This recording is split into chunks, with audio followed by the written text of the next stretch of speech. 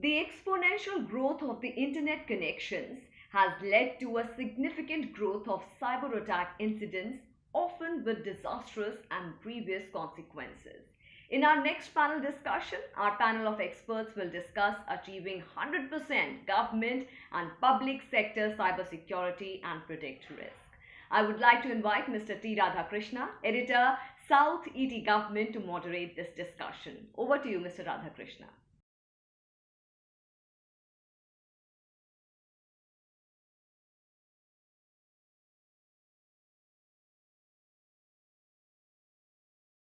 Welcome to the panel discussion, Achieving 100% Government and Public Sector Cybersecurity and Predict Risk, part of the National Workflow Summit. How can government organizations combat intensifying cybersecurity risks against a backdrop of escalating geopolitical and geo-economic tensions? One of the biggest threats nation face today is from cyber warfare. From election interference to the alleged attempted theft of sensitive COVID-19 vaccine research to power supply cutoffs for nearly 250,000 people, cyber attacks are infiltrating the critical infrastructure countries around the world.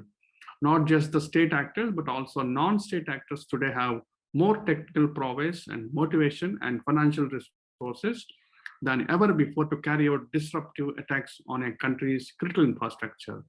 Any attack on critical infrastructure is one sector of a country can lead to disruption in other sectors as well. An attack on a country's telecommunications, for example, may disrupt electronic payments, but this is just a part of the problem. Today, individuals and the businesses are more dependent than ever on digital connectivity in virtually every aspect of their existence. Most people cannot imagine going even a few hours without access to the internet.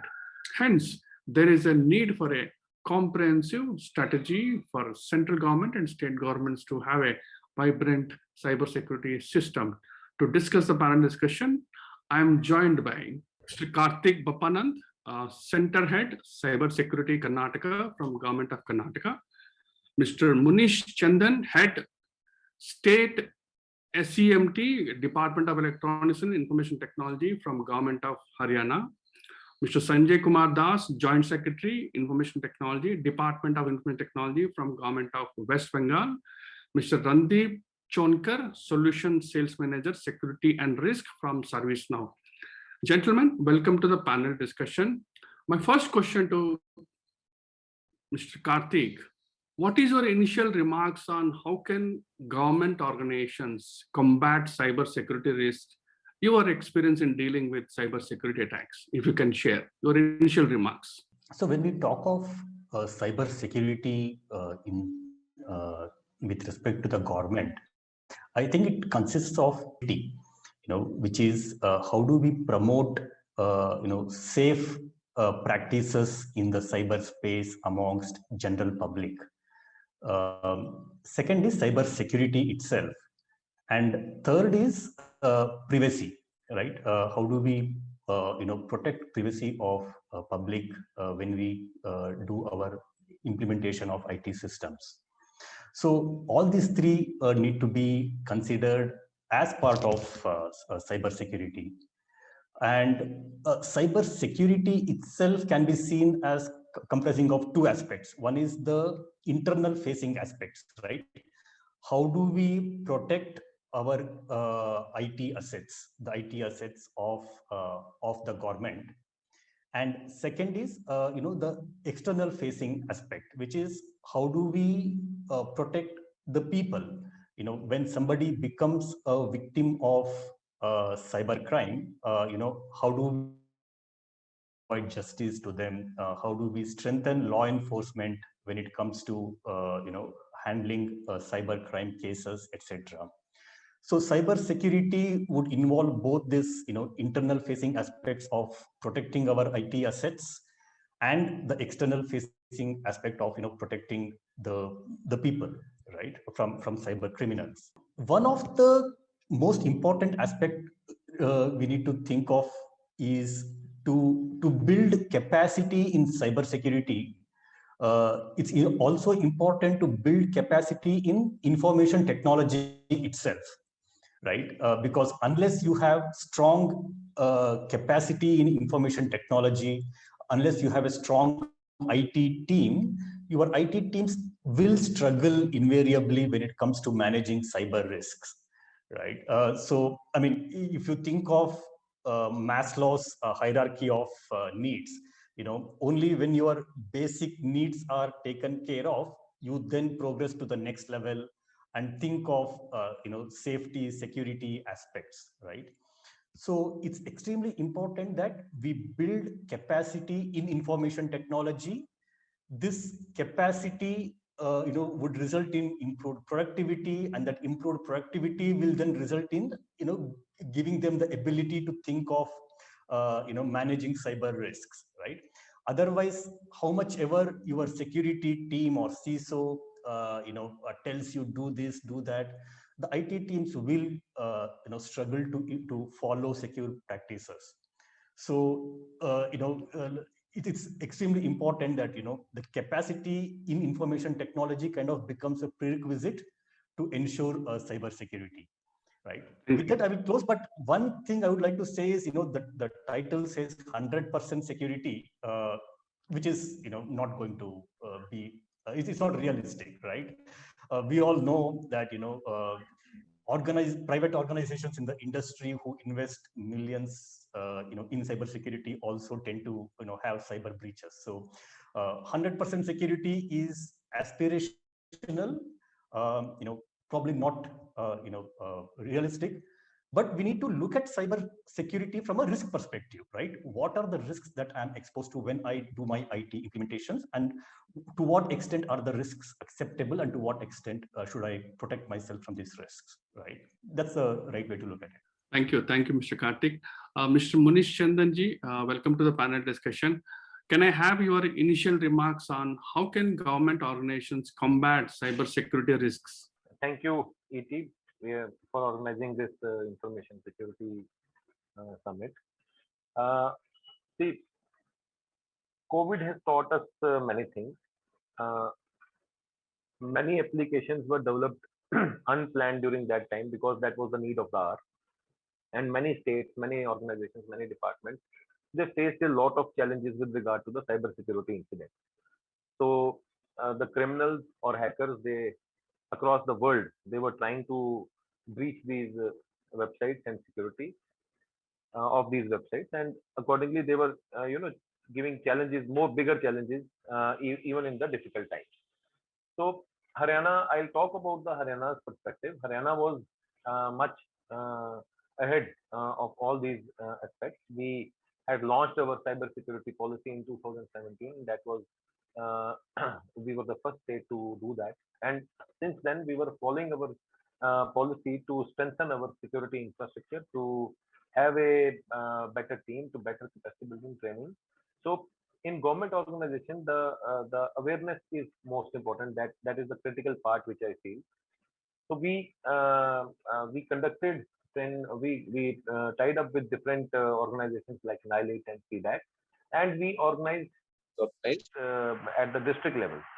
Many people, they were trained, and who acted, who are currently also acting like our master trainers or our agents, security agents across the district. So the organization structure was important. We created a steering committee at the level of principal secretary and nominated ISOs, information security officers, across districts, board, corporations, and departments.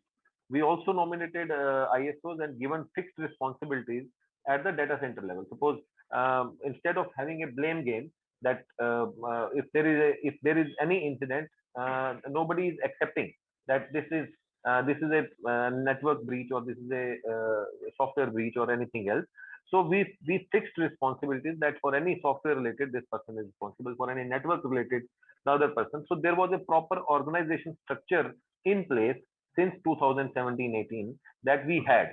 So as I said, that cybersecurity policy was there and organization structure was there, and we were providing trainings and doing the capacity building across the state to strengthen the same thing. We also encouraged all our resources to go on with the certification. And in case you are certified within a prescribed time limit, you will get the honorarium as well as the reimbursement of the certification. So these were few of the steps which the government took and to promote the cyber security. This is a niche domain, but we encouraged people to get on board and get things done. With all these efforts, I must say that we also have a organization, ISMO, Information Security Management Office, in our state, which is facilitating free of cost security audits to all the departmental applications. So we had a in-house team rather than relying on the third-party cert empaneled agencies. We had our in-house team, which has currently received the cert empanelment. Our in-house team is cert empaneled, and they can issue the certificates. That has just happened today.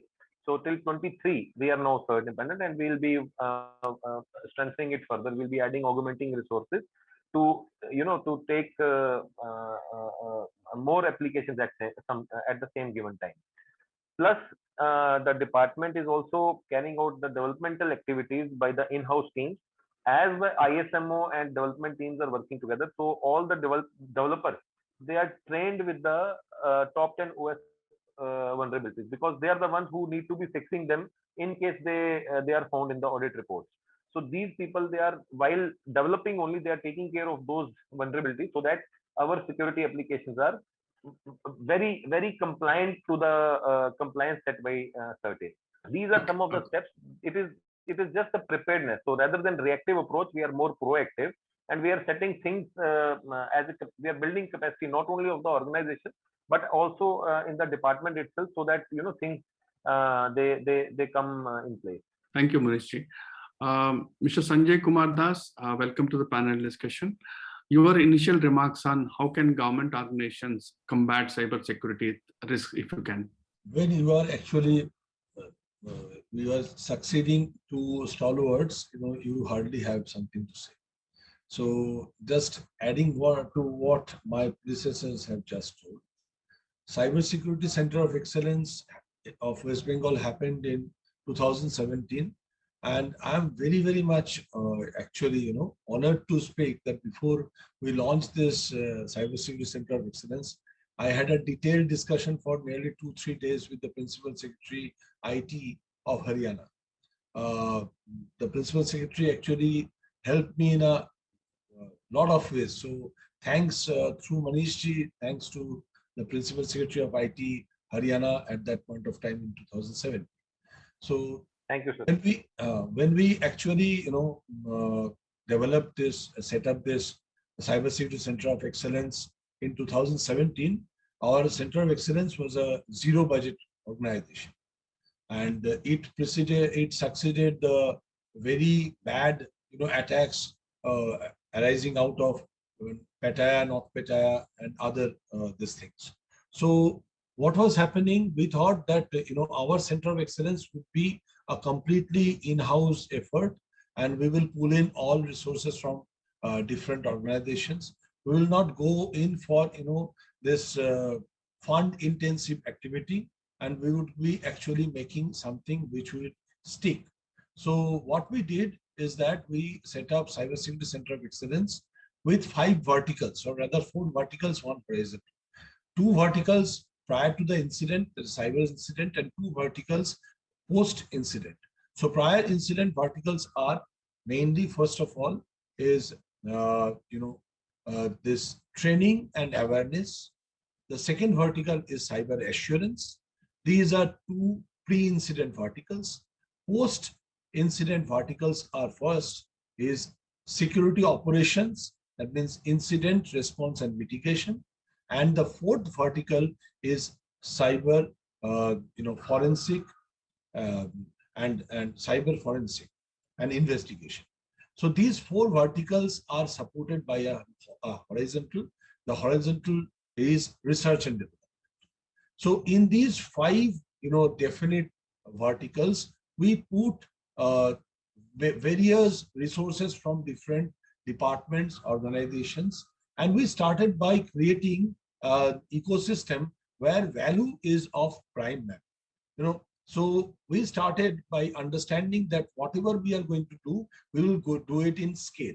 So as we are speaking since November 2017 and sitting in July 2021, and actually, you can say in between the ravaged period of nearly 1 year and few months due to pandemic, we are actually talking about awareing more than 26,000 common citizens. We are proud to train 4,600 school teachers. We are proud to teach existing police officials in the tune of 1,600. We are proud to upskill direct recruit police officers in the tune of 912.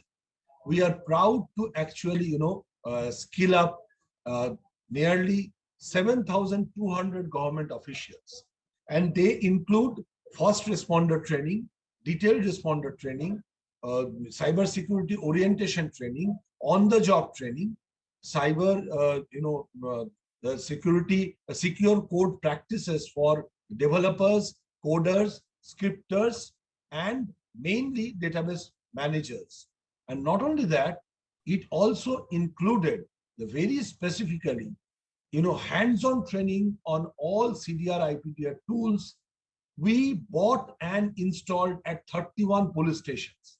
So what happened in 2017, we had only 6 cyber police stations in West Bengal, looking after nearly 9+ crore people. And as we are speaking, we are having 31 cyber police stations across the entire state, with having at least 10+, first responder trained police officials in each and every police station of more than 500 police stations across the state. So, sir, this is the scale we are looking at.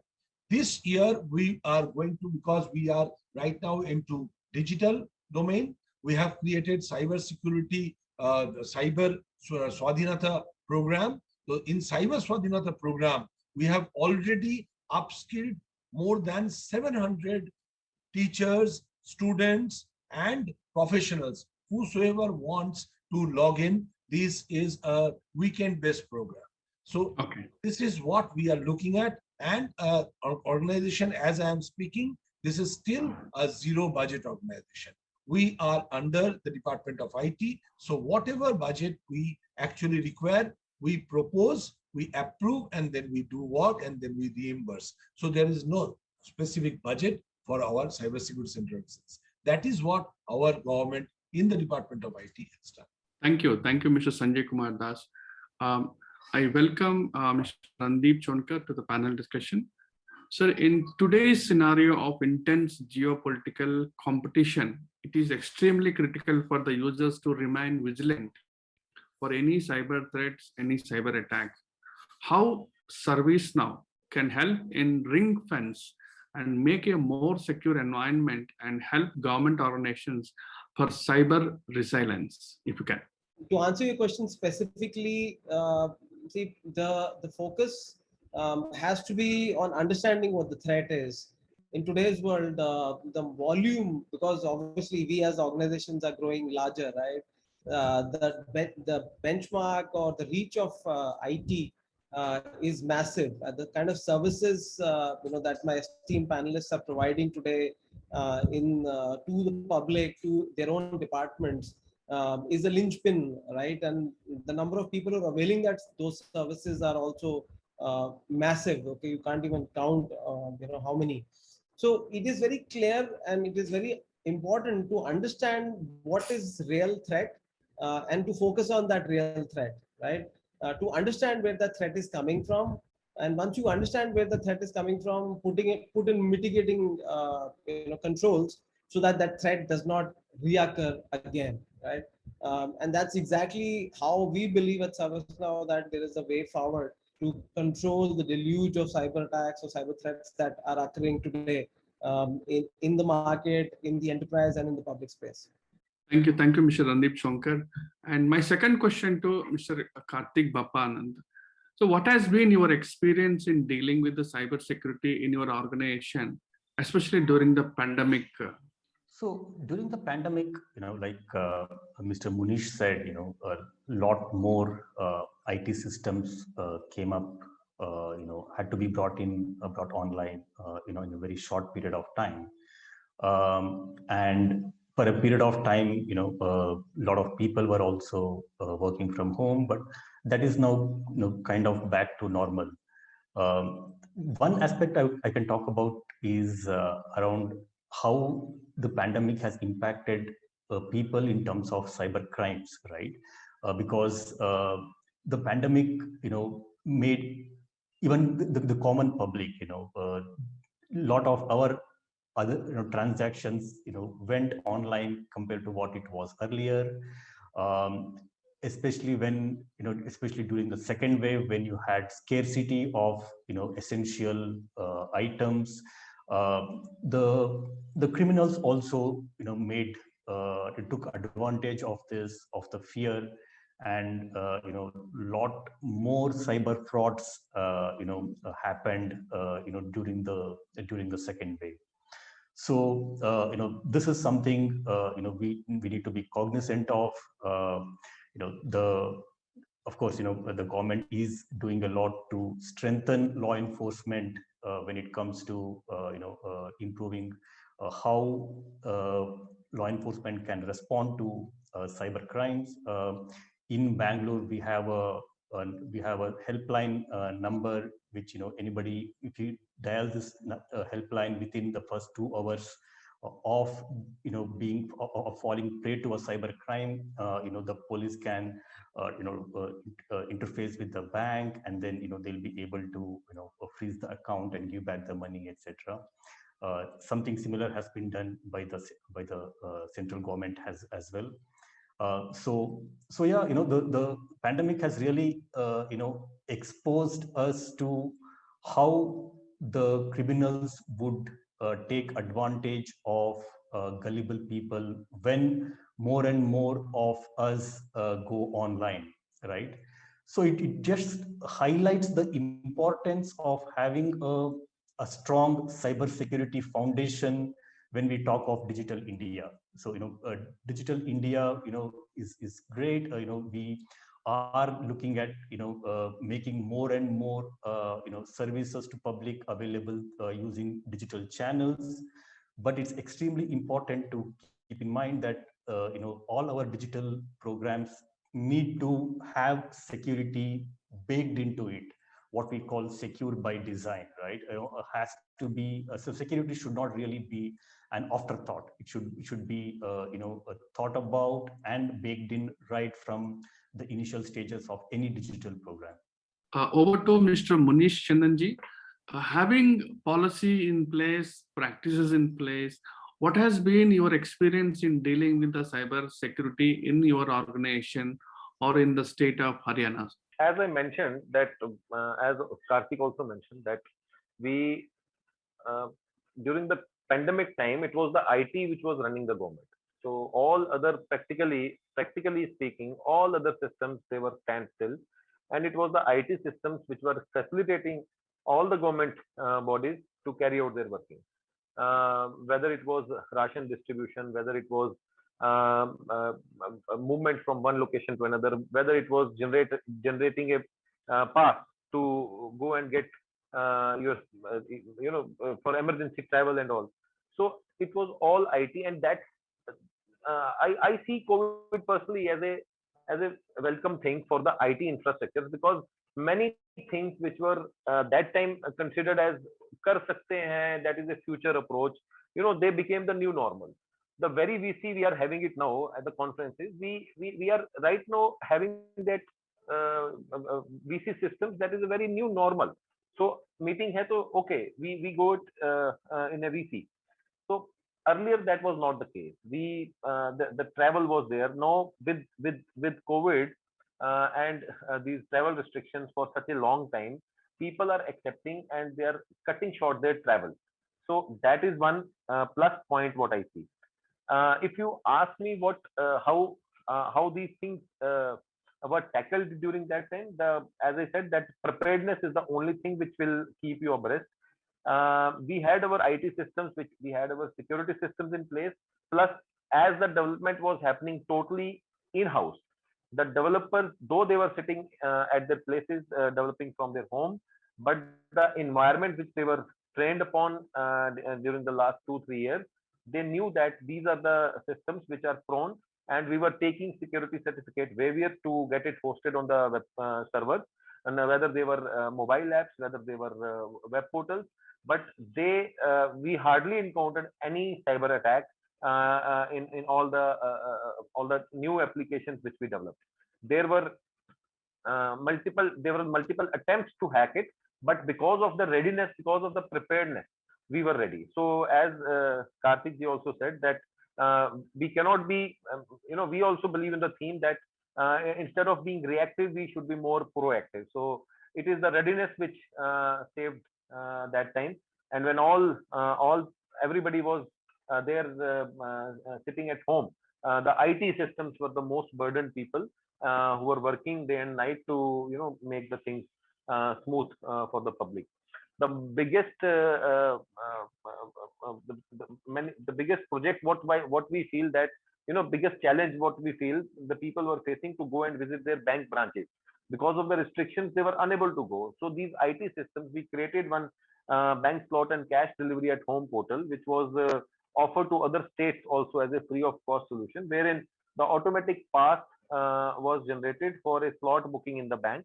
We created we onboarded all the bank branches onto that portal, and the slotting was once the slot was approved, a e-pass was generated, and the person can go 30 minutes early, 30 minutes beyond, and 15 to 30 minutes slot in the bank, and that was also dependent on the size of the branch, smaller one, and also integrated a innovative solution for cash delivery at home. With the solution was integrated with the Department of Post, where up to 10,000 was being delivered on request at the doorsteps of the citizen. So these new things came into picture, and I must tell you that they are still being used. So people were so fascinated. The old people, they were getting cash at home.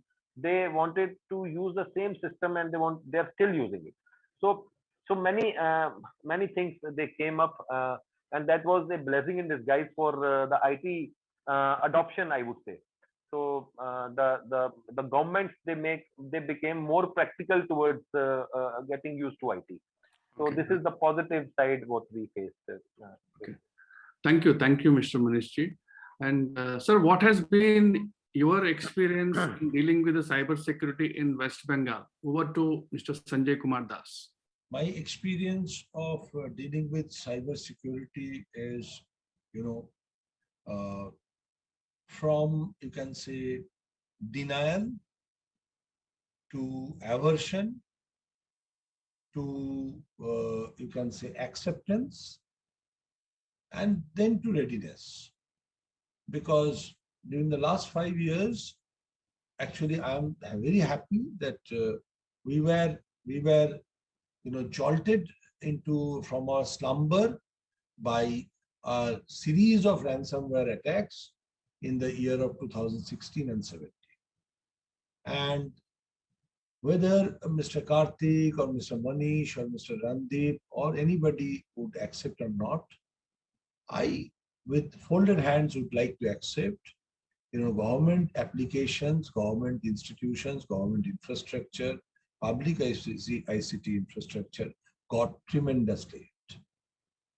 I had the opportunity of visiting a number of districts, number of government offices, paralyzed by this type of attacks.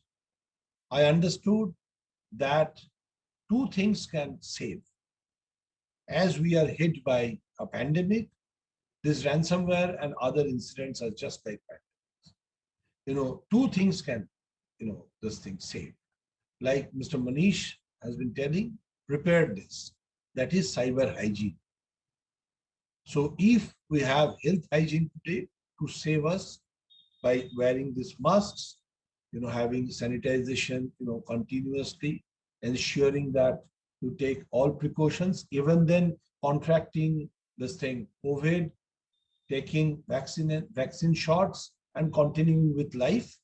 So this hygiene is most important. And at the same time, the other thing which is very, very necessary is the vaccine. That means which will ensure the preparedness of the system, the robustness, the resilience of the entire ecosystem. In this, what I have witnessed, that in 2017, because prior to that I was not, into the game, so I cannot tell you. So in 2017, people would deny that there was necessity of, cyber resilience, cyber posturing of your organization. Right now, they are understanding and they are complying. When we are actually putting up all our resources, extension of all our critical infrastructure resources like West Bengal statewide area network resources or West Bengal state data center resources through a single window platform, and all government organizations up to the rank of additional chief secretary heading the organization must come into that system, authorize and send requisition. One understands immediately what are the prerequisites as far as security is concerned. One understands that without security, you will be actually, kept into such a quarantine place where connectivity will not be, proper. So as Mr. Munish and Mr. Karthik they have been telling that this pandemic has ensured or has seen, rather made us, go in for a lot of off-the-shelf and on-the-fly application development. But we have also created a quarantine place, a complete containerized zone for all these applications to go before they are properly screened, because they were required to be go on live, even with sandbox testing and in-house testing. What I have lastly understood is that only one answer will satisfy all these problems. One answer will satisfy to all these queries. That is scaling up. We are talking from our cozy comfort of our office, of our organization and all.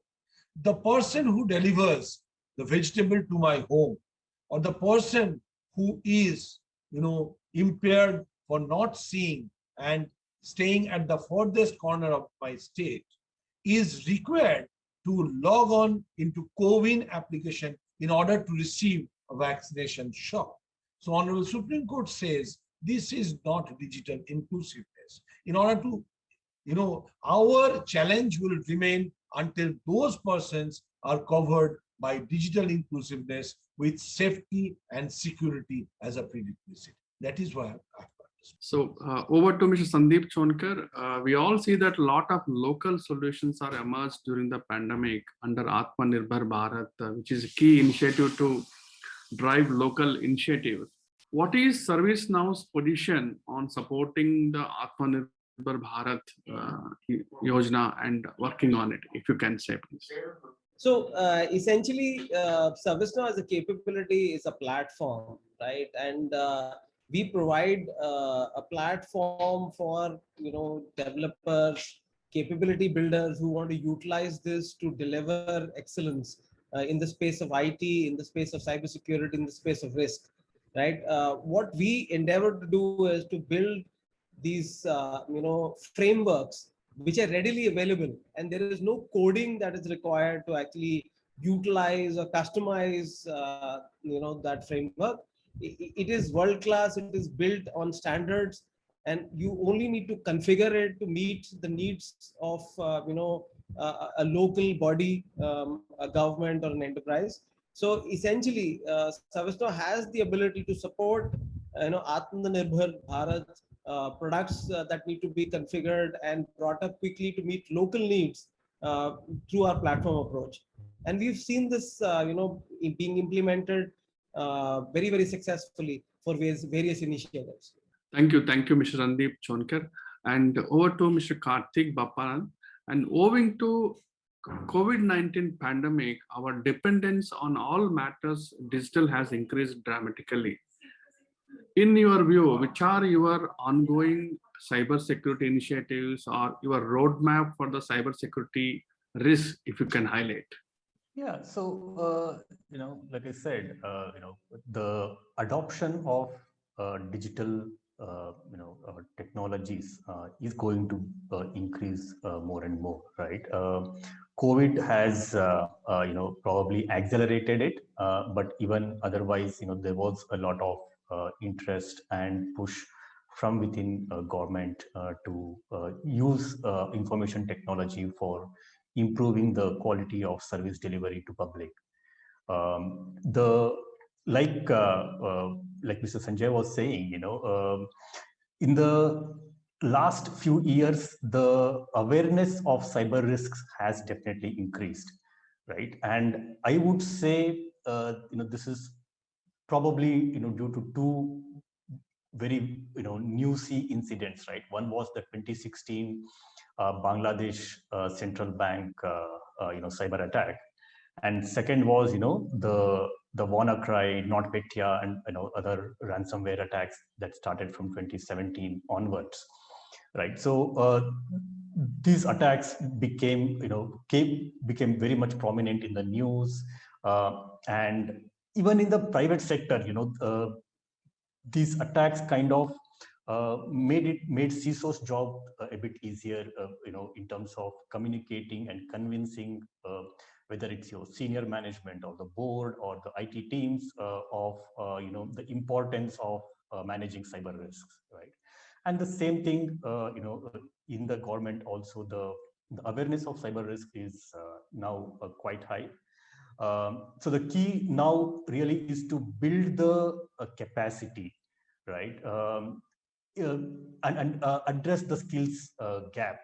Now, this is a challenge which is not just in the government sector, but also in the private sector, right? Even in the private sector, we talk of the skills gap cyber security, and in the government sector, it becomes more so, more so predominant. So that really is the challenge, as we, adopt digital, as we adopt information technology, how do we build the capacity in cybersecurity? How do we address this skills gap? That really is the biggest challenge. And in Karnataka, through our Center of Excellence, we are doing, a few skill building programs to kindle interest amongst the student community to pursue a career in cybersecurity, and also to kindle interest amongst working professionals who may be, who may look for a mid-career move into cybersecurity as well, right? So I think it's extremely important that we all look at how do we address this skills gap, skills challenge, and what can we do about it. Thank you, Mr. Karthik. Over to Mr. Munish Chandanji. We all know that cyber security is to be, it's a continuous process. We have to upgrade our skills, we have to upgrade our scalability. And if going forward, which are your ongoing cyber security initiatives, and if you can share your priorities for the Haryana state? Lot can be done in cybersecurity. You are never, you can never say that, today I am fully secure. So that, keeping that in mind, if you ask me, IT department is moving ahead with a cybersecurity upliftment of the data center, where we are strengthening it via purchasing some more hardware, better hardware, strengthening the overall architecture. Say we all have firewalls, but we are also placing encryptors, decryptors. We are having two-level firewall for the internal security as well as external security. So DMZ, we can we are adding more cybersecurity equipment, more sandboxing, so that overall architecture as well as in the overall infrastructure of the ecosystem, that is uplifted. So that is in process. That RFP for strengthening of security is in process. Plus, we are onboarding some tools. As I said, that now we are third in panel, so we are onboarding some tools that RFPs are still out, and the in-house security, the in-house tools to test the application, because we are the ones who will be issuing the certificates now. So those strengthening with regard to the cert empanelment as a supporting ISMO as a cert empaneled body, that is in progress. Plus, because there is Haryana is a lot adapted to IT. Adaptance of IT is very easy. Think of a application and the ministers and all the administration staff, all the down staff, they'll be more than keen to get a new application and get the things done. So with that in mind, there are a lot of applications which need to be audited. So we are onboarding, we are re-empaneling the empaneled certain agencies with a rate contract, and whenever there is a new application being developed, so that RC can be referred and the audit can be completed. So this way, we are strengthening and moving upside for the strengthening of the infrastructure security posture of the state. Thank you, Mr. Munish. Over to Mr. Sanjay Kumar Das. In order to strengthen your existing IT infrastructure, what are your priorities for West Bengal state? If you can share, please. First of all, after these 4 verticals being properly attended, I forgot to tell you that Cybersecurity Center of Excellence helped West Bengal Police to set up the 2nd Cyber Forensic Lab. And I also forgot to tell you that our state CERT was set up in December. Right now, it is a designated CERT, and under CERT, it is regularly actually identifying and mitigating threats. And we have received a few certificates from CERT for our entire end-to-end identification and mitigation for government as well as private organizations. There has been a huge multinational company which was exposed to some sort of threats, and then some sort of you can say compromise was there, and CERT had a great time in identifying and all those things. So immediately it was sent to us and seeking our support, and our team completely stood up to the occasion and attended that. Saying these things, I should also tell you that research and development is a wing which we could not properly attend. But looking into the skill development and setting up all this huge number of training programs, getting certified by MATI, CERT, NCIPC and all, we actually could understand that there should be a proper team of whistleblowers, so who can continuously look into the public citizen-centric applications and blow whistle that some alert is there, give us some alert so that we can look into, dive into and make them safe. So Cyber Jodha Digital Task Force has been created, and all the members of this task force are students of colleges, universities, and they have been given as proper guidance by mentors from universities, institutes of importance, higher learning and all, and they are continuously scrapping the public and citizen-centric applications and sending us fillers. Our state CERT is has taken up, is taking up regularly, delving into those with our own in-house team. And we have also, prepared ourselves with the lines of Haryana to have our state CERT internal this audit team to be empaneled, and our empanelment will be only for the government applications, just like Munish ji bataye, just like his this thing. So we will be following in the same footsteps. So we are doing that right at this point of time. We have found out that out of the top 50, OWASP vulnerabilities, 38 vulnerabilities exist in our entire applications.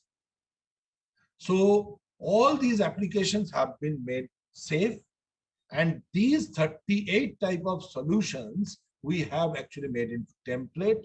And with this template, our next phase of secure code practice training of all the coders, developers, and the system admins of government application, creators, that means the vendors and in-house, ex-house, everybody. That is that starts on 2nd of August.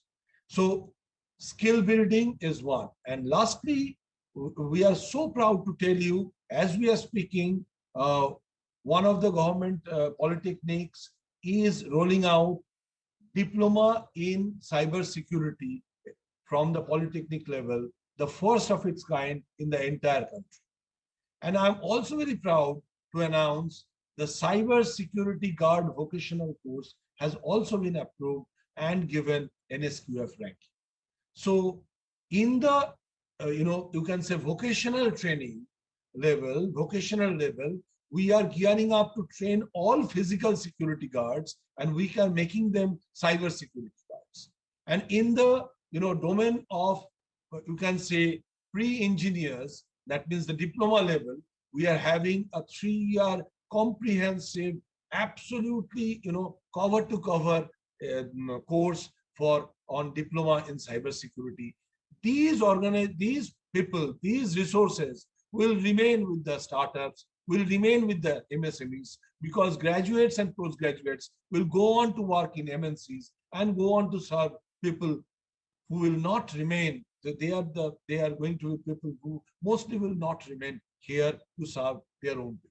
So from my side, sir, I am very, very, elated that in the coming days, we have an ecosystem which actually takes care of citizens and takes care of the entire public ICT infrastructure and make it secure and sound. To end it all, I would take all your coordinates, and I will share with you our cyber security comic book that is going to be launched on 15th of August, and with the comic character known as Cyber Yudh. So this comic is clearly for the common citizens, and with for your information, from 15th of August, we are starting a beautiful program of cyber hygiene awareness campaign for senior citizens. We are starting with a 700 seat this old age home of Government of West Bengal, and we will be actually hand holding them as to how to go into digital domain in a safe manner. Thank you so much. Thank you, Mr. Sanjay Kumar Das. Over to Mr. Ranndeep Chonker. The key for growth in India would be local innovation. How ServiceNow can support research and innovation in the country, if you can highlight. Sure. I'm just going to take cue from Mr. Munish, Chandan. He and even Mr. Karthik. He mentioned that both of them mentioned that cybersecurity is a continuous process, right? At any given point of time, you can't say that you're secure because we are opening new paradigms, right? You're opening new channels, you're opening new capabilities, you're creating data sets, you're creating applications which are meant for use by citizens, by the public sector enterprises, right? And that's how the ability for IT to accelerate growth will continue to happen. That's how innovation will happen, right? So the entire thought process has to be on the continuity of the effort, the continuity of compliance and control monitoring, right? You have to have an audit. You have to have the ability to actually audit what controls have been put in place and how are those controls effective today, and how are those controls will those controls be able to help you mitigate right, these capabilities that you want to innovate with, that you want to bring out for as citizen services, for MSMEs to utilize for growth of economy.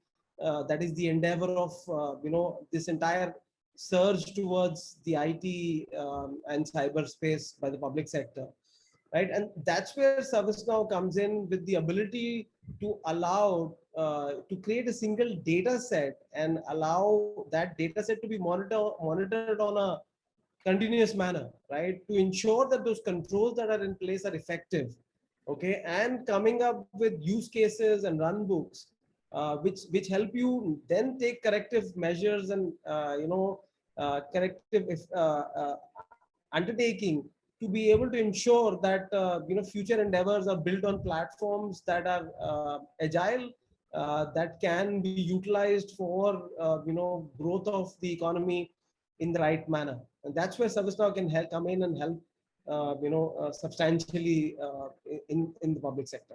I think the preparedness is the would be the right key for facing or dealing with any challenge or cyber attack, followed by the upgrading the skills, upgrading the infrastructure, and strengthening the systems of the entire ecosystem. Of course, building the human resource, what Mr. Sanjay Kumar Das said, and Mr. Munish Chandan has highlighted, the putting the policy in place, follow the robust infrastructure, building it. And Mr. Karthik Bappanad also said, the best practices, best technologies, readiness always.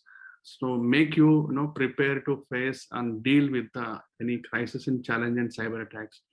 With this, I sincerely thank Mr. Karthik Bappanad, Center Head, Cybersecurity Karnataka, Government of Karnataka, and Mr. Munish Chandan, Head SeMT, Department of Electronics and Information Technology, Government of Haryana, and Mr. Sanjay Kumar Das, Joint Secretary, Information Technology, Department of Information Technology and Government of West Bengal, and Mr. Ranndeep Chonker, Solution Sales Manager, Security and Risk, ServiceNow. Thank you for joining the today's panel discussion, which is part of the National Workflow Summit. Thank you very much, sir.